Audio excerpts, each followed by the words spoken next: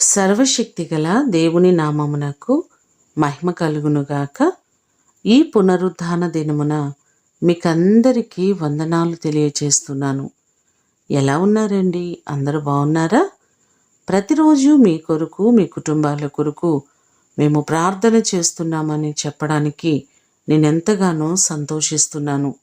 మీరు కూడా మా కొరకు, మా పరిచర్యల కొరకు ప్రార్థించవలసిందిగా ప్రభు పేరట మీకు తెలియచేస్తున్నాను. ఈ దినము మిమ్ములను బలపరచు దేవుని మాట, ప్రతి విషయమందును కృతజ్ఞతాస్తుతులు చెల్లించుడి. మొదటి తెస్సలోనికైలకు వ్రాసిన పత్రిక 5వ అధ్యాయము 18వ వచనం. ప్రతి విషయమందును కృతజ్ఞతాస్తుతులు చెల్లించాలని అపోస్తలుడైన పౌలు మహాశయుడు చెప్పడం మనం చూస్తున్నాం. చాలాసార్లు మనకు సంతోషం కలిగినప్పుడు దేవుణ్ణి స్తుతిస్తూ ఉంటాం. మేలు జరిగినప్పుడు, మన కుటుంబాల్లో దేవుడు కార్యాలు చేసినప్పుడు దేవుణ్ణి మనం స్తుతిస్తూ ఉంటాం కదండి.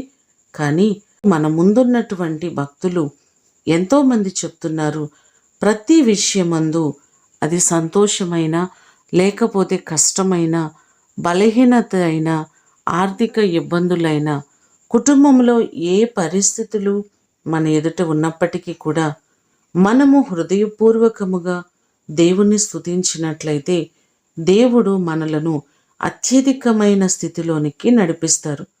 దావీదు కూడా అంటున్నారు, నీవు నన్ను కలుగు చేసిన విధము చూడగా భయమును ఆశ్చర్యమును నాకు పుట్టుచున్నవి. అందును బట్టి నేను నీకు కృతజ్ఞతాస్తుతులు చెల్లిస్తున్నానని చెప్పడం మనం చూస్తున్నాం. యోబు గ్రంథంలో యోబు గారు కూడా మనకు కనబడుతున్నారు. సర్వస్వము కోల్పోయి యెహోవా నామమునకు స్తుతి కలుగునుగాక అని చెప్పడం మనం చూస్తున్నాం. నిజంగా మన జీవితాల్లో కూడా ఏ పరిస్థితులు మన ఎదుట నిలబడినా ప్రతి పరిస్థితులలో దేవుణ్ణి స్తుతించినట్లయితే మన ముందున్నటువంటి ప్రతి సమస్యలు తొలగిపోతాయి. ప్రతి ఇబ్బందులు ఎరుకో కోట గోడల వలె కూలిపోతాయి అని బైబిల్ మనకు సెలవిస్తుంది.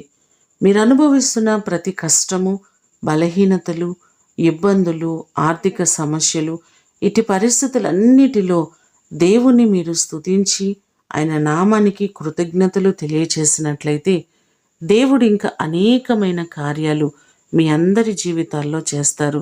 ఈ మాటలు వింటున్న మీకందరికీ దేవుడు తోడయ్యుండి మీ సమస్యలన్నిటినీ విడిపించి ఆయన మిమ్మును ఆశీర్వదించునుగాక.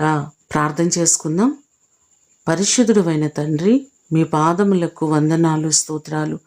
ప్రతి విషయమందును మిమ్మలను స్తుతించడం, మీ నామాన్ని ఘనపరచడం మీరు మాకు నేర్పించండి. మాకు ఉన్న ప్రతి ఇబ్బందులలో మాకు సహాయము చేసే గొప్ప దేవుడవు.